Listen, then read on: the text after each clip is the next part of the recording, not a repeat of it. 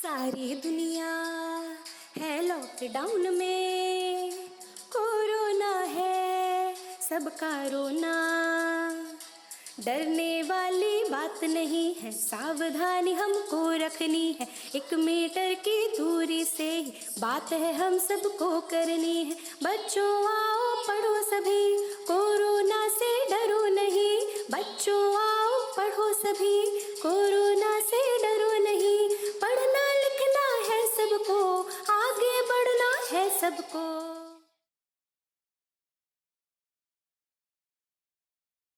बच्चों में मोहम्मद आसिम ख़ान, प्रवक्ता रसायन विज्ञान अमीरुद्दौला इस्लामी इंटर कॉलेज लालबाग लखनऊ से हूँ। क्लास 12th की केमिस्ट्री की इस क्लास में बच्चों आप सभी लोगों का स्वागत है। आज के इस अध्याय में हम लोग पढ़ेंगे तत्वों के निष्कर्षण के सिद्धांत एवं प्रक्रम। इस पाठ को पढ़ने के लिए हमारे पास चर्चा के मुख्य बिंदु, उसमें सबसे पहले हम लोग पढ़ेंगे खनिज तथा अयस्क के बारे में। उसके बाद हम लोग पढ़ेंगे अयस्क के निष्कर्षण में प्रयुक्त प्रक्रम, यानी जब किसी भी अयस्क से हम मेटल को प्राप्त करते हैं या धातु को प्राप्त करते हैं तो उसको बहुत सारे स्टेप्स से गुजरना पड़ता है, तो उन स्टेप्स को अयस्क के निष्कर्षण में प्रयुक्त प्रक्रम कहा जाता है। इनकी स्टडी करेंगे।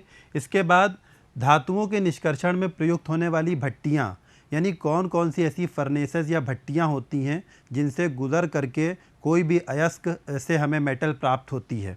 इसके बाद हम लोग पढ़ेंगे एल्युमिनियम के प्रमुख अयस्कों के बारे में कि एल्युमिनियम के प्रमुख अयस्क कौन कौन से होते हैं, कौन कौन से ऑक्साइड और होते हैं, कौन कौन से फ्लोराइड्स और होते हैं। इसके बाद हम लोग पढ़ेंगे बॉक्साइट से एल्युमिनियम का निष्कर्षण, और जब बॉक्साइट से एल्युमिनियम का निष्कर्षण हम लोग कंप्लीट कर लेंगे तो उसके बाद में बने हुए एल्युमिनियम का शोधन किस तरह से किया जाता है, उसे किस तरह से प्यूरिफाई किया जाता है, इसके बारे में हम लोग पढ़ेंगे। तो सबसे पहले हम लोग जानते हैं कि खनिज तथा अयस्क किसे कहते हैं। बच्चों आप लोग ये जानते हैं कि प्रकृति में हमें धातुएं हमेशा 2 अवस्थाओं में मिलती हैं, एक मुक्त अवस्था में और एक संयुक्त अवस्था में। वो धातुएं जो कम क्रियाशील होती हैं वो हमेशा हमें मुक्त अवस्था में प्राप्त होती हैं, लेकिन जो धातुएं बहुत अधिक क्रियाशील होती हैं वो हमेशा अपनी इम्प्योरिटीज़ के साथ में बाइंड अप होकर के हमें कंबाइंड स्टेट के रूप में या संयुक्त अवस्था में मिलती हैं। तो हम लोग डेफिनेशन यूँ देते हैं कि खनिज तत्व तथा उसके यौगिक पृथ्वी में जिस रूप में मिलते हैं हम उन्हें खनिज कहते हैं, और ऐसे खनिज जिनसे किसी धातु का निष्कर्षण किया जा सके लाभप्रद ढंग से या आर्थिक दृष्टिकोण से वो हमारे लिए अच्छा हो, तो उन खनिजों को हम अयस्क कहते हैं। तो इसमें एक बात ये समझनी ज़रूरी है कि जितने खनिज हैं ज़रूरी नहीं है कि वो सारे के सारे अयस्क हों, लेकिन जितने अयस्क हैं ये बात ज़रूरी है कि वो खनिज ज़रूर होंगे। इसके बाद बात करते हैं गैंग या आधात्री की। बच्चों हम लोग ये जानते हैं कि प्रकृति में हमें पृथ्वी से जो भी खनिज मिलते हैं तो वो खनिज हमेशा इम्प्योरिटीज़ के साथ में जो है वो कंबाइंड अवस्था में होते हैं। तो वो इम्प्योरिटीज़ जो जैसे मिट्टी है, कंकड़ है, पत्थर है, ये सारे अपद्रव्य जो हैं उनको हम गैंग या आधात्री कहते हैं। इसके बाद अगली बात है धातु कर्म या मेटलर्जी की। तो अभी हमने आपको बताया कि धातु के निष्कर्षण को जब हम करते हैं तो डिफरेंट प्रोसेसेस से हमें गुजरना पड़ता है, तो वो सारे के सारे प्रोसेसेस को हम सामूहिक रूप से ये कहते हैं कि ये मेटलर्जी या धातु कर्म है। इसके बाद अब हम लोग बात करते हैं कि जब अयस्क का निष्कर्षण हम लोग करते हैं तो उसमें जो हमारे डिफरेंट स्टेप्स होते हैं, जो प्रोसेसेस हैं, वो प्रोसेसेस कौन कौन से होते हैं। तो सबसे पहली बात आती है अयस्क का पीसना, यानी क्रशिंग ऑफ ओर। जो खानों से हमें अयस्क प्राप्त होते हैं वो बहुत बड़े टुकड़ों की शक्ल में होते हैं। इनको पहले हम लोग क्या करते हैं कि छोटे छोटे टुकड़ों में तोड़ते हैं, हैमर से या हथौड़े से तोड़ते हैं, और जब वो टूट जाते हैं तो फिर उनको क्रशर्स से या स्टैंप मिल से बहुत बारीक करके हम लोग उसको पीस लेते हैं। तो ये पहला स्टेप कंप्लीट हो जाएगा, अयस्क का पीसना या क्रशिंग ऑफ ओर। उसके बाद में अगला स्टेप है अयस्क का सांद्रण या कंसंट्रेशन ऑफ ओर। बच्चों अभी हमने आपको बताया कि जो भी इम्प्योरिटीज़ या अपद्रव्य अयस्क में मिले रहते हैं तो वो इम्प्योरिटीज़ या अपद्रव्य गैंग या आधात्री कहलाते हैं। तो इन गैंग या आधात्री को अयस्क से अलग करने का जो प्रोसेस है उस प्रोसेस को हम कहते हैं अयस्क का सांद्रण। अयस्क का सांद्रण ये अलग अलग अयस्कों में अलग अलग तरीक़े से होता है। ये सांद्रण की प्रमुख विधियाँ, सबसे पहला है गुरुत्वीय पृथक्करण विधि या ग्रेविटी सेपरेशन प्रोसेस। तो गुरुत्वीय पृथक्करण विधि या ग्रेविटी सेपरेशन प्रोसेस हम लोग ऐसे अयस्कों में इस्तेमाल करते हैं कि जहाँ पर अयस्क में और अयस्क में मौजूद जो अधात्री या जो इम्प्योरिटी है उन दोनों में आपेक्षिक घनत्वों में अंतर हो। तो जो हम लोग क्या करते हैं कि अयस्क को पहले जो है वो बारीक पहले पीस चुके हैं और उसके बाद में उसको जल की तेज़ धारा के साथ में हम लोग धोते हैं।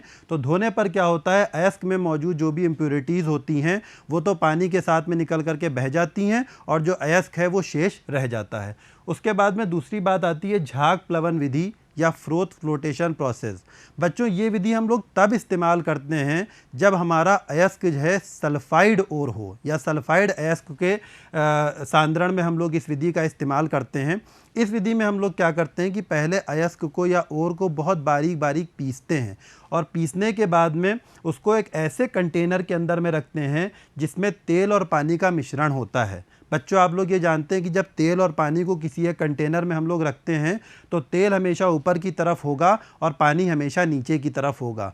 तो इसमें जब एयर की करंट बहुत तेज़ बहाई जाती है तो अयस्क तेल के साथ में लिपट करके झाग बना करके ऊपर आ जाता है और जो इम्प्योरिटीज़ हैं वो पानी के साथ में मिक्सअप होकर के भारी होकर के नीचे बैठ जाती हैं। अब कई बार ऐसा होता है कि हमें कोई एक ऐसा ओर मिल गया या कोई ऐसा अयस्क मिल गया जिसके अंदर में दो चीज़ें मौजूद हैं, जैसे जिंक सल्फाइड और लेड सल्फाइड। अब इसका निष्कर्षण हमें अगर झाग प्लवन विधि से करना है तो हम इसमें एक चीज़ डालते हैं जिसको हम बोलते हैं NaCN सोडियम साइनाइड। और ये NaCN या सोडियम साइनाइड इसको हम बोलते हैं कि ये अवनमक का कार्य करता है। अवनमक या इसको अंग्रेज़ी में कहते हैं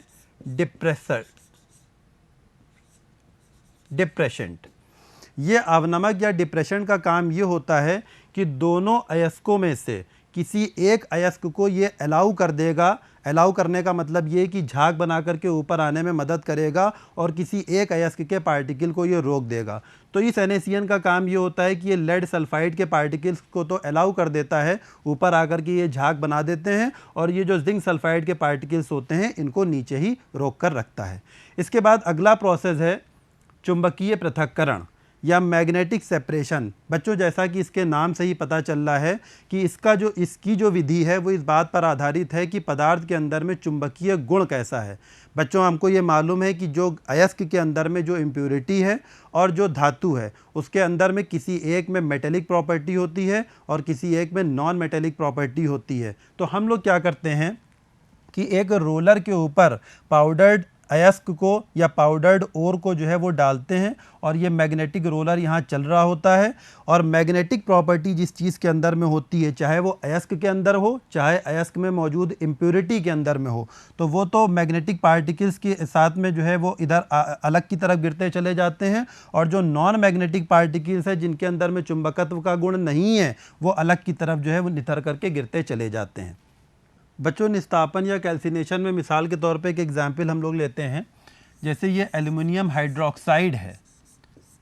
इस एल्युमिनियम हाइड्रोक्साइड के प्रेसिपिटेट को जब हम लोग गर्म करते हैं तो ये एल्यूमिना Al2O3 प्लस 3H2O के अंदर में कन्वर्ट हो जाता है। तो पता ये चला कि जब निस्तापन या कैल्सिनेशन का प्रोसेस कंप्लीट हो जाता है तो अयस्क में मौजूद जो वाष्पशील अशुद्धियाँ होती हैं, जो वोलेटाइल इम्प्योरिटीज़ होती हैं, वो इम्प्योरिटीज़ भी आसानी से बाहर निकल जाती हैं। उसके बाद में अगला प्रोसेस आता है भर्जन या रोस्टिंग। भर्जन या रोस्टिंग जैसा कि इसके नाम से ही पता चल रहा है कि किसी भी अयस्क को ऑक्सीजन की प्रेजेंस में गर्म करना या ऑक्सीजन की मौजूदगी में गर्म करना, ये भर्जन कहलाता है या रोस्टिंग कहलाता है। बच्चों आपके बोर्ड के एग्ज़ाम में आमतौर पे ये क्वेश्चन पूछा जाता है कि निस्तापन और भर्जन में क्या अंतर होता है या what is the difference between the calcination and roasting. तो उसका जवाब ही यही है कि कैल्सिनेशन ऑक्सीजन की एब्सेंस में होता है जबकि भर्जन या रोस्टिंग ऑक्सीजन की प्रेजेंस में होती है। इसके बाद अगला प्रोसेस आता है प्रगलन या स्मेल्टिंग। प्रगलन या स्मेल्टिंग के अंदर में अयस्क को उचित गालक और कोक के साथ मिलाकर मिश्रण को उचित ताप पर गलाने की क्रिया को प्रगलन कहते हैं। तो इसमें एक लफ्ज़ है गालक। इस गालक को बच्चों ये समझना पड़ेगा कि गालक किसे कहते हैं। गालक वो चीज़ें होती हैं जो इम्प्योरिटीज़ के साथ में या अशुद्धियों के साथ में अभिक्रिया करके उसको स्लैग या धातुमल के अंदर में कन्वर्ट कर देती हैं। जैसे मिसाल के तौर पे यहाँ पर आयरन ऑक्साइड जो है ये अशुद्धि है, इम्प्योरिटी है, और ये सिलिका जो है ये इसमें गालक की तरह से काम करता है। तो ये इसको स्लैग या धातुमल के अंदर में कन्वर्ट कर देता है। तो अगर अशुद्धि अम्लीय है तो उसके साथ में क्षारीय गालक अभिक्रिया करेगा, और अगर अशुद्धि क्षारीय है तो उसके साथ में अम्लीय गालक अभिक्रिया करेगा। तो हम लोग याद करने के लिए यूँ कर लेते हैं कि अशुद्धि या इम्प्योरिटी प्लस गालक ये धातुमल के अंदर में कन्वर्ट हो जाता है। इसके बाद में सबसे आखिरी स्टेप है जिसको हम कहते हैं सिंटरिंग या सिंटर क्रिया। इसके अंदर में क्या करते हैं कि पदार्थ के छोटे छोटे कणों को आपस में मिला करके एक बड़ा कण मिलाने की बनाने की जो प्रक्रिया है उस प्रक्रिया को हम सिंटरिंग कहते हैं। तो इस प्रोसेस में हमें ये करना पड़ता है कि पहले हम पदार्थ को या अयस्क को गर्म करते हैं। तो गर्म करने के बाद में जब वो हल्का सा मेल्ट कर जाता है तो उसके बाद में उसके छोटे छोटे पार्टिकल आपस में बाइंड अप होकर के एक बड़ा पार्टिकल बना देते हैं। इसके बाद बच्चों हम लोग बात करेंगे धातुओं के निष्कर्षण में प्रयुक्त होने वाली भट्टियाँ, जिसमें सबसे पहली भट्टी है परावर्तनी भट्टी। बच्चों परावर्तनी भट्टी के अंदर में हम लोग सल्फाइड अयस्कों का भर्जन करते हैं। भर्जन यानी रोस्टिंग का जो प्रोसेस है वो परावर्तनी भट्टी के अंदर में किया जाता है। अब अगर आप इसके डायग्राम को ध्यान से देखेंगे तो इस भट्टी के जो तीनों पार्ट हैं वो आपको साफ नज़र आ जाएंगे। सबसे पहला है अग्नि का स्थान जिसको कहते हैं फायर बॉक्स, ये हिस्सा। दूसरा पार्ट होता है भट्टी का तल या चूल्हा जिसको हम कहते हैं, वो ये वाला पार्ट है भट्टी का तल या चूल्हा। इस चूल्हे या भट्टी के तल पर हम लोग चार्ज को ला करके रखते हैं। बच्चों चार्ज को हम लोग घान कहते हैं, यानी जलने वाली जो चीज़ है, जिस चीज़ को हम जला रहे हैं उस चीज़ को हम यहाँ पर रखते हैं। ये भट्टी का दूसरा भाग होता है। और इसके बाद में भट्टी का जो तीसरा भाग है वो ये चिमनी है, जहाँ से जितनी भी इम्प्योरिटीज़ हैं या अपद्रव्य चीज़ें हैं या व्यर्थ गैसें हैं वो यहाँ से बाहर निकलती हैं। इसके साथ साथ में आप ये देख रहे हैं कि यहाँ पर दो छोटे छोटे से ट्यूबियर्स लगे हुए हैं। इन ट्यूबियर्स का काम ये होता है कि गर्म वायु का झोंका इन ट्यूबियर्स के ज़रिए से इस भट्टी के अंदर में भेजा जाता है। तो बच्चों आप लोगों ने देखा इसके मेन 3 पार्ट हैं इस भट्टी के। सबसे पहला है अग्नि का स्थान, दूसरा है भट्टी का तल या चूल्हा, और तीसरा है चिमनी। इसके बाद में अगली भट्टी आती है मफल भट्टी। बच्चों इसमें हम लोग बेसिकली ये करते हैं कि जो जिंक धातु का निष्कर्षण है उसमें इस भट्टी का इस्तेमाल करते हैं। इस भट्टी में अगर आप ध्यान से देखें इसके डायग्राम को तो इसके अंदर में जो जलने वाली चीज़ है वो एक चैम्बर के अंदर में बंद रहती है। जैसे ये एक चैम्बर है और दूसरा चैम्बर ये है। तो इन चैम्बर्स को हम कहते हैं मफल, और इसी मफल नाम के आधार पर इस भट्टी का नामकरण किया गया है मफल भट्टी। तो इसकी ख़ास बात यह है कि इसके अंदर में जो आग हम लोग जलाते हैं वो आग इस चार्ज या जलने वाली चीज़ के डायरेक्ट कांटेक्ट में नहीं होती है। यानी पहले इस आग को हम लोग जलाते हैं, इस आग को जलाने पर जो यहाँ पर गैसें बनती हैं उन गैसों के माध्यम से जो है ये चार्ज जो है ये गर्म किया जाता है। इसके बाद अगली भट्टी जो है जिसको हम लोग वात्या भट्टी कहते हैं। वात्या भट्टी में प्रगलन या स्मेल्टिंग का प्रोसेस कराया जाता है। इस भट्टी को यदि हम ध्यान से देखें तो इस भट्टी में हमको 3 पार्ट दिखाई देते हैं। सबसे पहला ऊपर की हिस्से में थ्रोट है, और फिर उसके बाद में बीच का हिस्सा जो है वो शैफ्ट है, और सबसे नीचे के हिस्से में जिसको हम ये कहते हैं कि ये चूल्हा है। तो ऊपर की तरफ बच्चों ये जो हमको दिखाई दे रहा है इसके अंदर में कप एंड कोन अरेंजमेंट होता है। उस कप और कोन अरेंजमेंट के ज़रिए से जो चार्ज है जिस चीज़ का हम प्रगलन करने जा रहे हैं उसको यहाँ से इस हॉपर के माध्यम से अंदर भट्टी के अंदर में डाल दिया जाता है। इस भट्टी के अंदर में ऊपर से नीचे तक आने पर टेम्परेचर लगातार बढ़ता चला जाता है, और टेम्परेचर के हिसाब से ही इस भट्टी के अंदर में कई सारे जोन्स हैं जिसको आगे हम लोग आयरन की मेटलर्जी के अंदर में पढ़ेंगे। इसके बाद भट्टी का जो बीच वाला भाग है इसको आप यूँ देख सकते हैं। बीच वाले भाग के अंदर में 2 कोण आपको आपको नज़र आ रहे हैं। तो ये वाला जो कोण है, इस कोण को हम कहते हैं बॉडी, और जो नीचे वाला हिस्सा है, ये वाला हिस्सा है, इसको बोलते हैं बॉश। जहाँ पर बॉश ख़त्म होता है वहाँ पर दो ट्यूबर्स लगे हुए होते हैं। इन ट्यूबर्स का काम ये होता है कि गर्म वायु के झोंके को अंदर की तरफ भेजना। अब ऊपर से यहाँ पर चार्ज गिर रहा है, इधर से गर्म वायु का झोंका अंदर भेजा जा रहा है। ऑक्सीजन की मौजूदगी में अलग अलग टेम्परेचर पर अलग अलग रिएक्शंस होती हैं, और उसके बाद में जो मॉल्टन स्लैग है वो ऊपर जमा हो जाता है, और जो मॉल्टन आयरन है यानी गलित अवस्था में जो आयरन है वो नीचे की तरफ इकट्ठा होता चला जाता है। तो नीचे की तरफ जो निकास छेद है, इससे मॉल्टन आयरन बाहर निकलता जाता है, और ऊपर की तरफ जो छिद्र है, इससे मॉल्टन स्लैग या धातुमल बाहर की तरफ निकलता चला जाता है। इसके बाद बच्चों हम लोग पढ़ेंगे एल्युमिनियम के प्रमुख अयस्क कौन कौन से हैं। तो एल्युमिनियम के प्रमुख अयस्क हैं, सबसे पहला है बॉक्साइट, जिसका सूत्र होता है Al2O3 2H2O। इसके बाद अगला है डायस्पोर Al2O3 H2O। इसके बाद है कोरंडम Al2O3। बच्चों ये तीनों ओर ऑक्साइड ओर कहलाते हैं।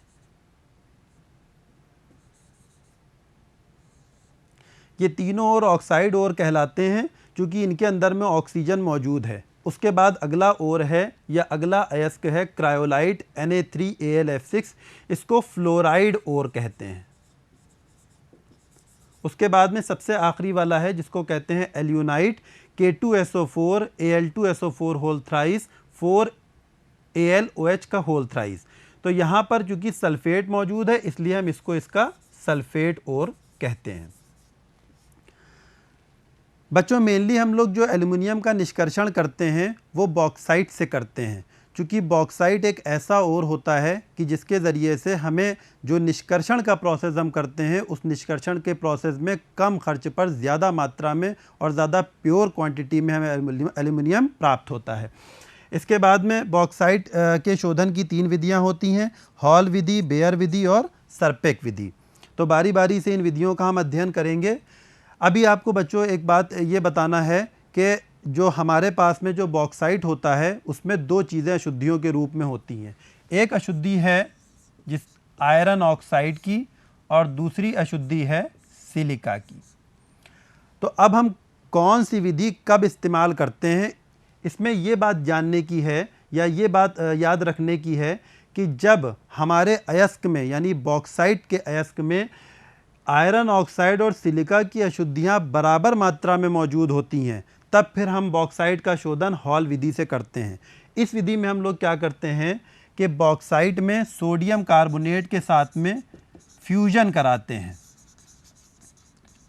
तो सोडियम कार्बोनेट के साथ फ्यूजन कराने पर हमें मिलता है sodium Meta aluminate. Sodium Meta aluminate. अब सोडियम मेटा फर्स्ट स्टेप में sodium Meta aluminate, carbon dioxide और वाटर हमें मिला। फिर ये तीनों चीज़ें आपस में रिएक्शन करके लगभग 30 से लेकर के 60 डिग्री सेंटीग्रेड पर एल्यूमिनियम हाइड्रोक्साइड का प्रेसिपिटेट बना देती हैं।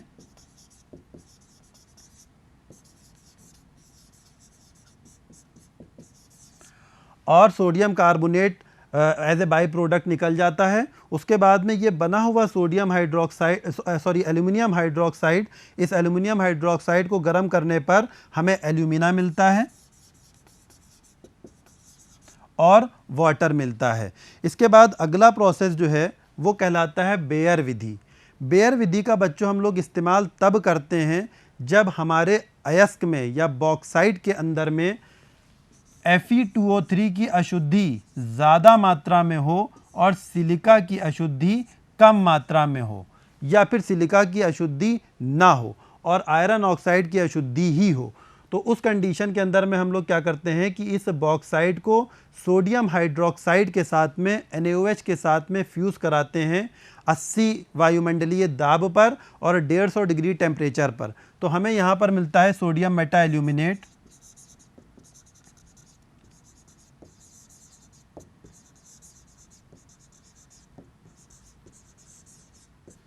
और ये सोडियम मेटा एल्यूमिनेट जब पानी के साथ में अभिक्रिया करता है तो यहाँ पर एल्यूमिनियम हाइड्रोक्साइड का प्रेसिपिटेट बनता है और सोडियम हाइड्रोक्साइड फिर से रिलीज़ हो जाता है। अब ये एल्यूमिनियम हाइड्रोक्साइड लगभग 1500 डिग्री सेंटीग्रेड पर जब डिकम्पोज होता है या अपघटित होता है तो डिकम्पोज या अपघटित होकर फिर से हमें एल्यूमिना प्राप्त हो जाता है। इसके बाद तीसरा प्रोसेस है सरपेक विधि।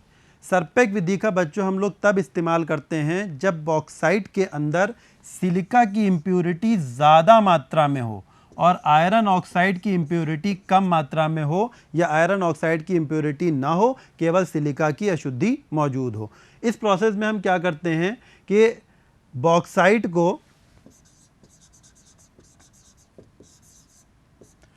कोक और नाइट्रोजन के मिक्सचर के साथ में 1800 डिग्री सेंटीग्रेड पर गर्म करते हैं, जिससे हमें एल्यूमिनियम नाइट्राइड मिलता है।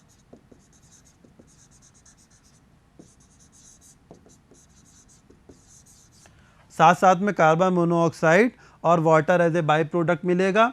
तो उसके बाद में फिर चूंकि अभी हमने बताया कि इसमें सिलिका की अशुद्धि ज़्यादा मात्रा में अगर मौजूद होती है तब इस प्रोसेस का हम लोग इस्तेमाल करते हैं।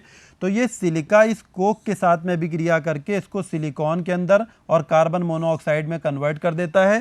कार्बन मोनोऑक्साइड गैस है, ये निकल जाएगा और यहाँ पर ये जो एल्यूमिनियम नाइट्राइड है पानी के साथ में अभिक्रिया करके फिर से एल्यूमिनियम हाइड्रोक्साइड का प्रेसिपिटेट बनाएगा और अमोनिया गैस को यहाँ से रिलीज़ कर देगा। फिर लास्ट में क्या है कि जब हमें एल्यूमिनियम हाइड्रोक्साइड का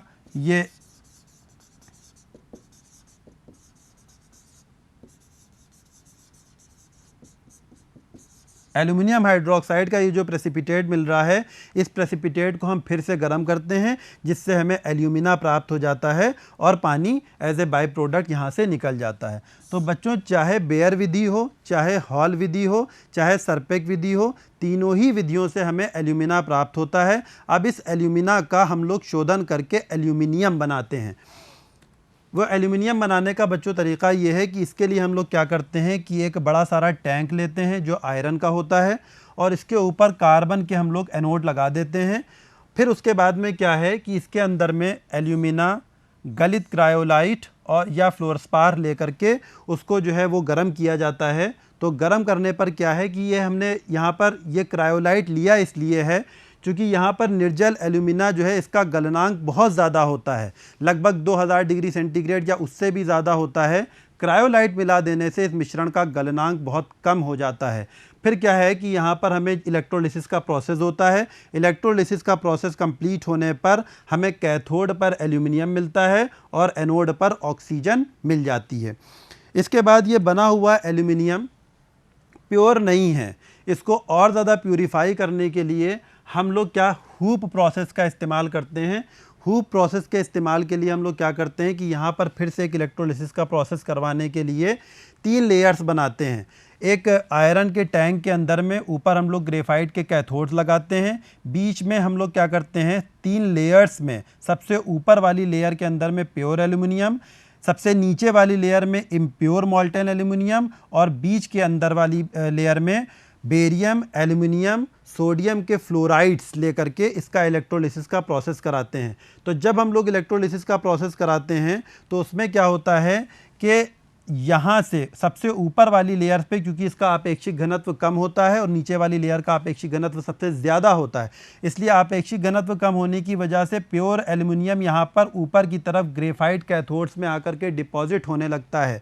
जितना प्योर एल्यूमिनियम यहाँ पर डिपॉजिट होगा उतना ही इम्प्योर एल्यूमिनियम नीचे वाली सतह से बीच वाली परत पर आ जाएगा और फिर इलेक्ट्रोलिसिस का प्रोसेस कंटिन्यू होने पर यहाँ पर हमें प्योर एल्यूमिनियम प्राप्त होता चला जाएगा। बच्चों, आज जो आप लोगों ने पढ़ा है इससे संबंधित गृह कार्य भी आपको करना है, जिसमें सबसे पहला आपका क्वेश्चन है निम्नलिखित में अंतर लिखिए। अयस्क तथा खनिज, दूसरा है निस्तापन तथा भर्जन, तीसरा है वात्या भट्टी का नामांकित चित्र आपको बनाना है। इसके बाद अगला क्वेश्चन आपका है एल्यूमिनियम के प्रमुख अयस्कों के नाम और सूत्र आपको लिखना है। उसके बाद में बॉक्साइट के शोधन की किसी एक विधि का वर्णन करना है। 3 विधियां आपने आज पढ़ी हैं, बेयर विधि, हॉल विधि, सरपेक विधि, इसको आपको अध्ययन करना है। और उसके बाद में लास्ट में आपको हूप विधि से एल्युमिनियम का शोधन किस प्रकार से किया जाता है इसको आपको लिखना है। जो भी आप आंसर्स लिखेंगे वो आप डायग्राम के साथ में लिखेंगे। तो बच्चों, आप लोगों ने आज ये देखा कि आप लोगों ने सबसे पहले मेटलर्जी किसे कहते हैं इसे जाना। मेटलर्जी करते वक्त या धातु कर्म करते वक्त कितने प्रोसेसेस से एक अयस्क को गुजरना पड़ता है, उन सारे प्रोसेसेस के बारे में आपने पढ़ा। उसके बाद में फिर ये प्रोसेसेस किन किन भट्टियों में होते हैं, किन किन फर्नेसेस में होते हैं, उन फर्नेसेस को आपने पढ़ा। उसके बाद में फिर आपने एल्युमिनियम को पढ़ा, एल्युमिनियम के प्रमुख अयस्कों के बारे में जाना।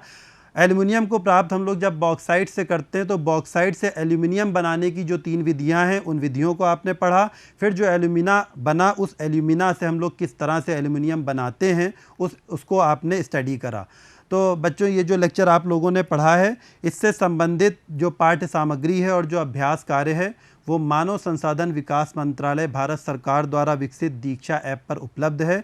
आप लोग इसको गूगल प्ले स्टोर से जाकर के या फिर iOS से जाकर के डाउनलोड कर सकते हैं। इसके अलावा व्हाट्सएप के माध्यम से जो आपके टीचर्स की आपकी वर्चुअल क्लासेस है उसके अंदर में ई-लर्निंग या व्हाट्सएप से आप अपने टीचर से अपनी क्वेरीज़ का या शंकाओं का समाधान कर सकते हैं। प्रस्तुत video YouTube channel Uttar Pradesh माध्यमिक शिक्षा विभाग की वेबसाइट पर भी उपलब्ध है, जिसे चैनल सब्सक्राइब करके आप लोग देख सकते हैं।